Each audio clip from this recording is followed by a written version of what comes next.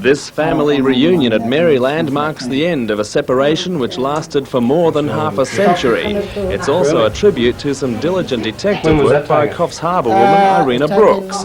3 years ago, her 70-year-old mother made a startling admission. The sight of a baby at a christening revived a memory she had blotted from her past.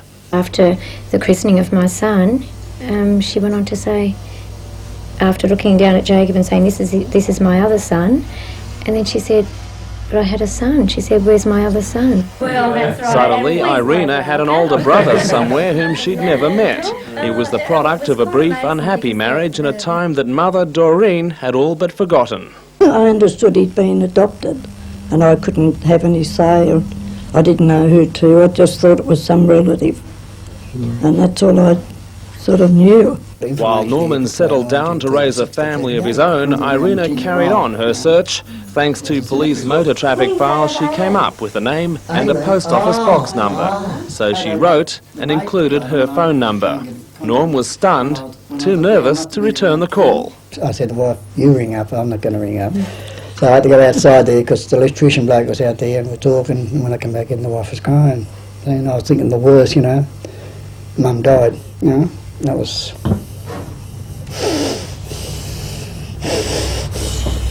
But as it turns out, it was good news. Yep.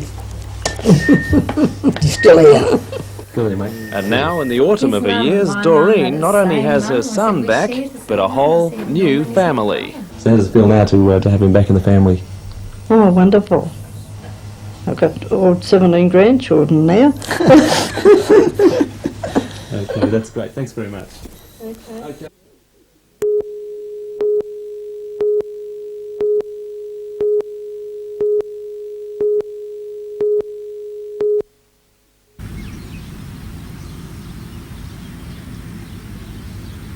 Graham, Andrew, Terrigal. Kelly, Fisher, Lake Macquarie, Clarissa.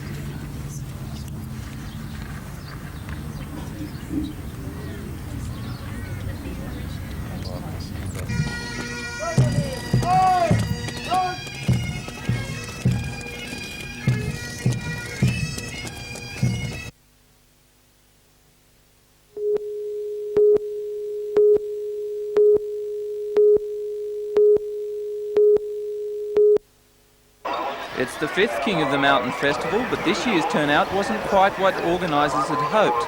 The last festival doubled Buladelah's 1,000 population, but numbers were down today. The Army Reserve was busy though, ferrying passengers across the river. Some others had their hands full, but most people were there for a picnic lunch. While the more sensible of the crowd were cooling off, 24 athletes set off for the tortuous 7-kilometre run up the Allen Mountain. With a temperature in the mid to high 30s, it was not sure if the runners were competing for the $500 first prize or the swim across the river on the final leg. Wallsend husband and wife team David and Audrey Forbes were the first man and woman home, with David's time of 21 minutes and 33 seconds a new race record. The first local home, David Schultz, received $100 for his effort. All money raised was donated to local charities.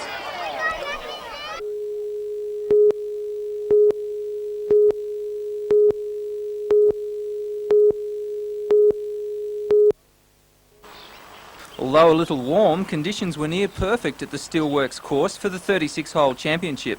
Last year's winner Wayne Stewart, fresh from his fourth placing in the amateurs at the New South Wales Open, headed the list of quality players. At only 18 years of age, Wayne seems destined for the professional circuit. Neville Cole from Toronto, who won the Northern Regional Championships on this course 2 years ago, was hitting the ball well, but the sentimental favourite was 41-year-old Owen Beldam. 16 years ago, Owen won the New South Wales Open, one of only a few amateurs to achieve that feat. Because of the sheer number of golfers, play began at 7 this morning and will finish late this evening.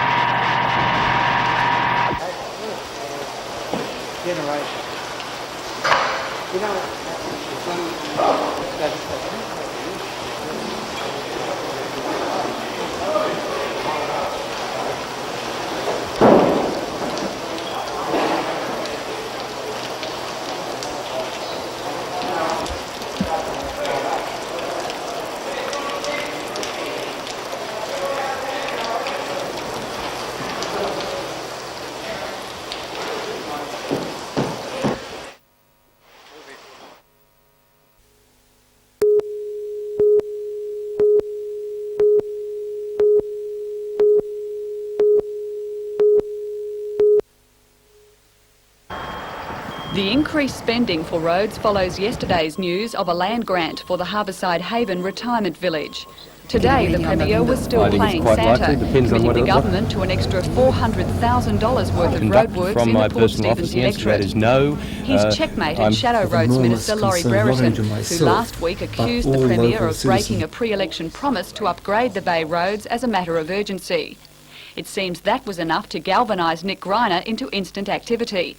But with the by-election just 5 days away, he dismisses any talk of electoral bribery. No, not at all. I made exactly the same commitment prior to the election itself, and there's no, in my view, absolutely no substance to that at all. Will the people of Port Stephens get the road improvements regardless of who is elected? Absolutely. Look, I'm not Barry Unsworth and Laurie Brereton. I mean, they used to run this nonsense about, if you don't vote for me, you won't get the money.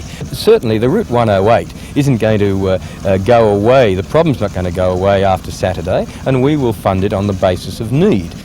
In a quick trip round the bay, Mr Greiner skimmed over several issues. He assured residents they will not face a special sewerage connection levy, accusing the Labor Party of stooping to the worst possible tactics to scare up a cheap vote. He also took a harbour trip on board the Coast Guard vessel Thorley to meet with oyster growers. On board was Labor Party stalwart Arthur Wade. While denying he was helping the Liberal vote, Mr Wade expressed bitter dissatisfaction with his own party's candidate, Bob Martin. Mr Wade, do you wish that Labor voters had another candidate here? That's what I would have liked, because I think the court case was specific enough in what he did was what I was trying to encourage him not to do last December. In the last days of this short but frenzied campaign, both major parties have shown that they're desperate to win the seat of Port Stephens. The Liberals hope to counter Labor's advertising campaign with a bag of giveaways of their own. Helen Hughes reporting for NBN News.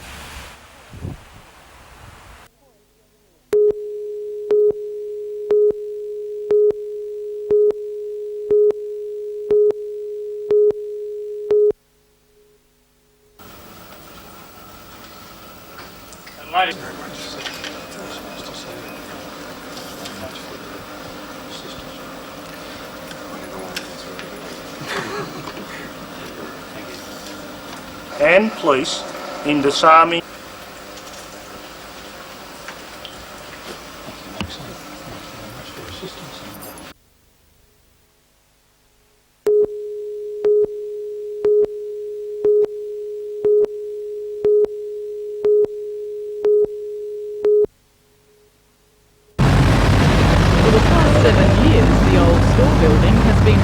Pink Elephant markets. Now, with stage 1 of the developments complete, at a cost of $1.5 million, the building also hosts a Franklin store and several other specialty shops. Owner Development Vintage Proprietary Limited plan to spend another $2 million on new escalators and improving access to the building. They claim there's been a shortage of such a complex in the central business district. And there's a lot of people who like to come to the city, and a lot of people nearby that would love to shop here. Still in Newcastle, work is well underway at Market Town in King Street. The $5 million redevelopment there is in 3 stages. The first should open in about a fortnight, with the project expected to be completely finished by next July. Outlets there will include a new-look Shoeys store. Another major retail development is here at Charlestown Square. Construction is right on schedule, and the $70 million extensions are due to open next April. By then, a section of Pearson Street, from Ridley to Smart Street, will be a cobbled pedestrian mall. Many surrounding roads will become two-way. When finished, the extensions will feature a Grace Brothers store and 82 specialty shops, including an international eatery. Also at Charlestown, plans are underway to open the refurbished Hilltop Plaza next Wednesday. $3 million has been spent on a new section of the building, which will feature 16 new shops. Belinda Borisser reporting for NBN News.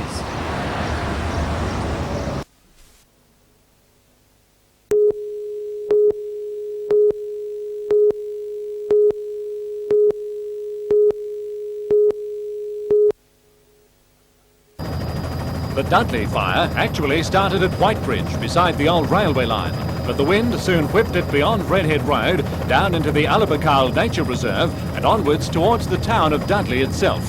In all, 9 firefighting units were summoned and dispatched to various danger spots as the fire approached houses and the telephone exchange. As well, much of the nature reserve has been burnt out. The smoke became so overpowering that lessons at the Dudley school were suspended for the day. Those kids who could be picked up were about lunchtime. The rest made the most of things in the shade in the schoolyard. At last report, the fire was well in hand and no private property had been damaged. In charge of the huge operation to control the blaze is District Officer Royce Atkinson.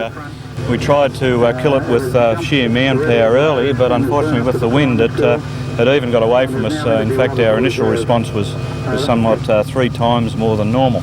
It's impossible to stop within the reserve, and we'll just have to protect property on the edges until we can actually get into it. A far larger fire, burning on 2 fronts, threatened YE throughout the day. Spot fires running ahead of the main blaze were a problem, but a huge manpower turnout had any major trouble spots quickly under control. This fire also began beside a railway, the main line to Sydney, and it tore east before the stifling wind. While a couple of old sheds were destroyed, no valuable private property was damaged. The situation at YE was complicated by the necessity for the Metropolitan, the Wyong bushfire and the Lake Macquarie bushfire brigades to combine their efforts. We've got 3 different organisations. We've got the Border Fire Commission, the Bushfire Brigade, Lake Macquarie Bushfire Brigade and Wyong. Right. And the communication is very scattered. And Lake Macquarie Fire Controller Sess Gavanlock spelt out an ominous warning for the summer season. If we don't get rain within the next, well, we could do it with it immediately, we're going to have a very bad season. We haven't lost any property yet, but we will, because we just can't control it.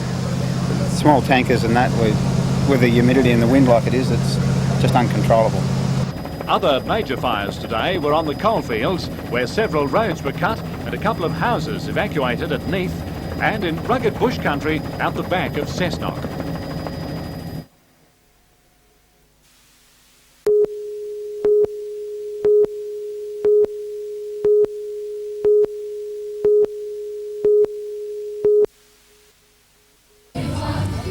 For the 170 children who attend Kahibah Public School, today was a day to remember. Not only did they have the chance to celebrate the bicentennial year, they were also part of a giant birthday party. And what better way to celebrate those 50 years than by reenacting a tradition that was so popular back in those early days. Thus, the brightly clad maypole was brought out, and accompanied by cheery music, the children danced to the same steps many of their grandparents had in those very school grounds 50 years before.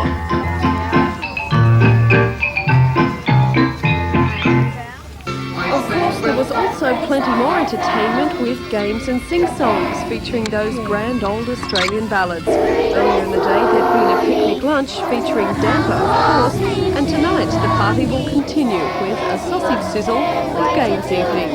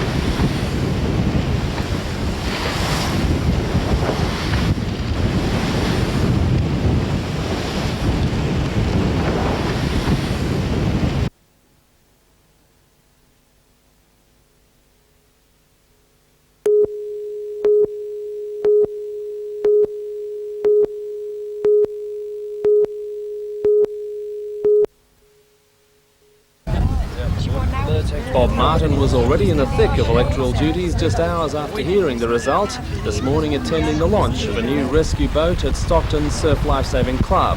Despite a turbulent run-up to the election, Mr Martin's result was convincing, in stark contrast to the March state election where just 90 votes decided the outcome. This time, the ALP recorded a swing in their favour in all 28 Port Stephens polling booths. On a two-party preferred basis, the overall swing was more than 12.5%. Well, Mr Martin is now able to make light of the issues he says dogged his campaign trail, the electoral bribery charges which sparked the by-election, a public rift with Arthur Wade and a heated campaign by Liberal candidate Bob Scott.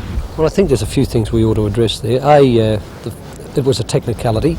B, the faction fighting didn't exist, and personal attacks, we kept out of them, kept away from them, fought on issues, and that's why we had such a swing. Mr Martin picked up almost 15,000 votes, well ahead of Bob Scott on just over 8,000. It's life. Former Politics Shire isn't... Council President Innes Crichton polled well, considering the ALP swing, with 4,000 votes, while independent Arthur Dalton attracted 1.7% of the total vote. Mr Martin says sewerage, rates and roads head his list of priorities as local member, but he agrees it was state issues, especially education, which accounted for the result. Well, 12.6% on a two-party preferred basis is phenomenal. That's much greater than the Oxley by-election. It means that half that swing would have a landslide Labor win tomorrow in New South Wales if it was across the state.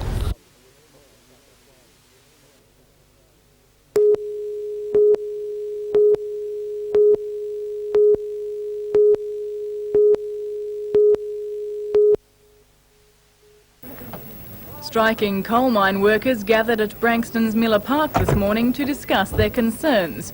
Their strike began at midnight over the sacking on Friday of 9 Miners' Federation members from the Mount Thorley coal loader. The sacked men had been ordered to return to work, but had defied the Coal Industry Tribunal order. The Mount Thorley coal loader management wants the Federation members to work a 7-day roster, in accordance with a recent tribunal decision on new conditions. But the Miners' Federation says its members at the coal loader will be disadvantaged compared with FEDFA and Collieries Staff Association members. Those at today's meeting called on the National Mining Union Liaison Committee to continue a national campaign in support of equity for the sacked workers. They say that campaign should include weekly stoppages of up to 48 hours at a time. And until the Joint Coal Board clarifies its position on new rosters and conditions to the union's satisfaction, members want all negotiations regarding restructuring to be broken off. As with other mining facilities, the Mount Thorley coal loader was at a standstill today. While the 9 Miners' Federation members have been sacked from here, the coal loader's FEDFA members have been stood down during the dispute. Striking coal mine workers are expected to remain out until at least Thursday, with the National Liaison Committee meeting tomorrow to consider today's resolutions. And the Miners' Federation hopes the Coal Industry Tribunal will continue with arbitration tomorrow.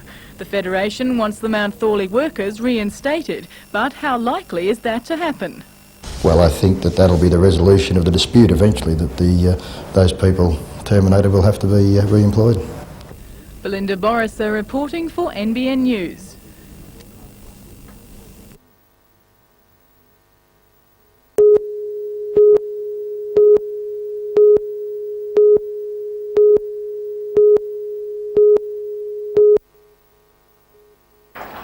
Dr Crombie, in his lecture to a small group of people from both the business and private sector, said that adult education in the workplace was a sound financial investment. Traditionally, workers have tended to specialise in certain fields.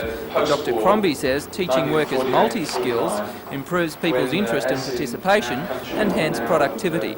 Our experience has been that we specialise to the point that a lot of people finished up with fairly boring, repetitive jobs, and now more intelligent workforce are interested in having a more challenging day at work.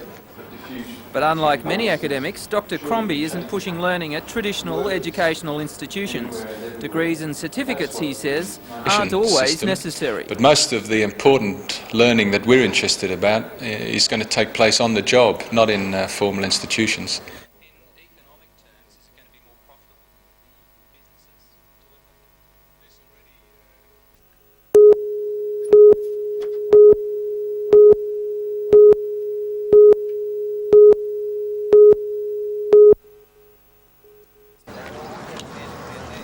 Water police ferried Handler from the rescue ship Pernas Arang when it arrived in Newcastle this morning.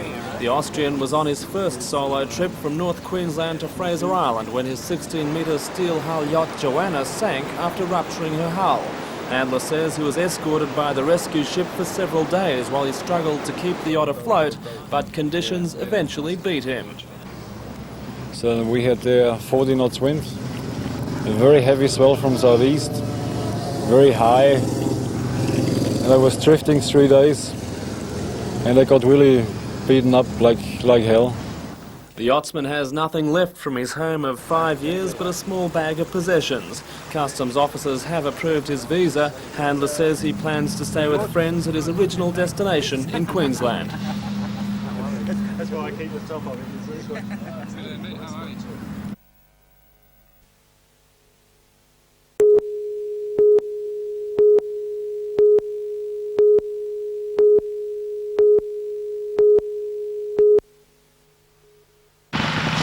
The alarm was sounded at around 2 this afternoon after an elderly man and his son, who had been cooking lunch on the top floor of their two-storey Dowry Road home, noticed flames climbing the outside wall. Racing downstairs, they found stored furniture alight but could not extinguish the blaze. Greiner Terrace Fire Brigade plus Bushfire Brigade from the Dowry and Saltash were at the fire within minutes, but with a strong southwesterly wind blowing, the flames became an inferno and the house was all but lost. To make matters worse, firemen had difficulty connecting hoses to a nearby hydrant, and one tanker was forced to get water from a dam down the road. The insured house was completely gutted by the flames, and the intense heat buckled walls in the building. With scaffolding still standing, the owners had been recently adding finishing touches to their new home. Peter Ryan reporting for NBN News.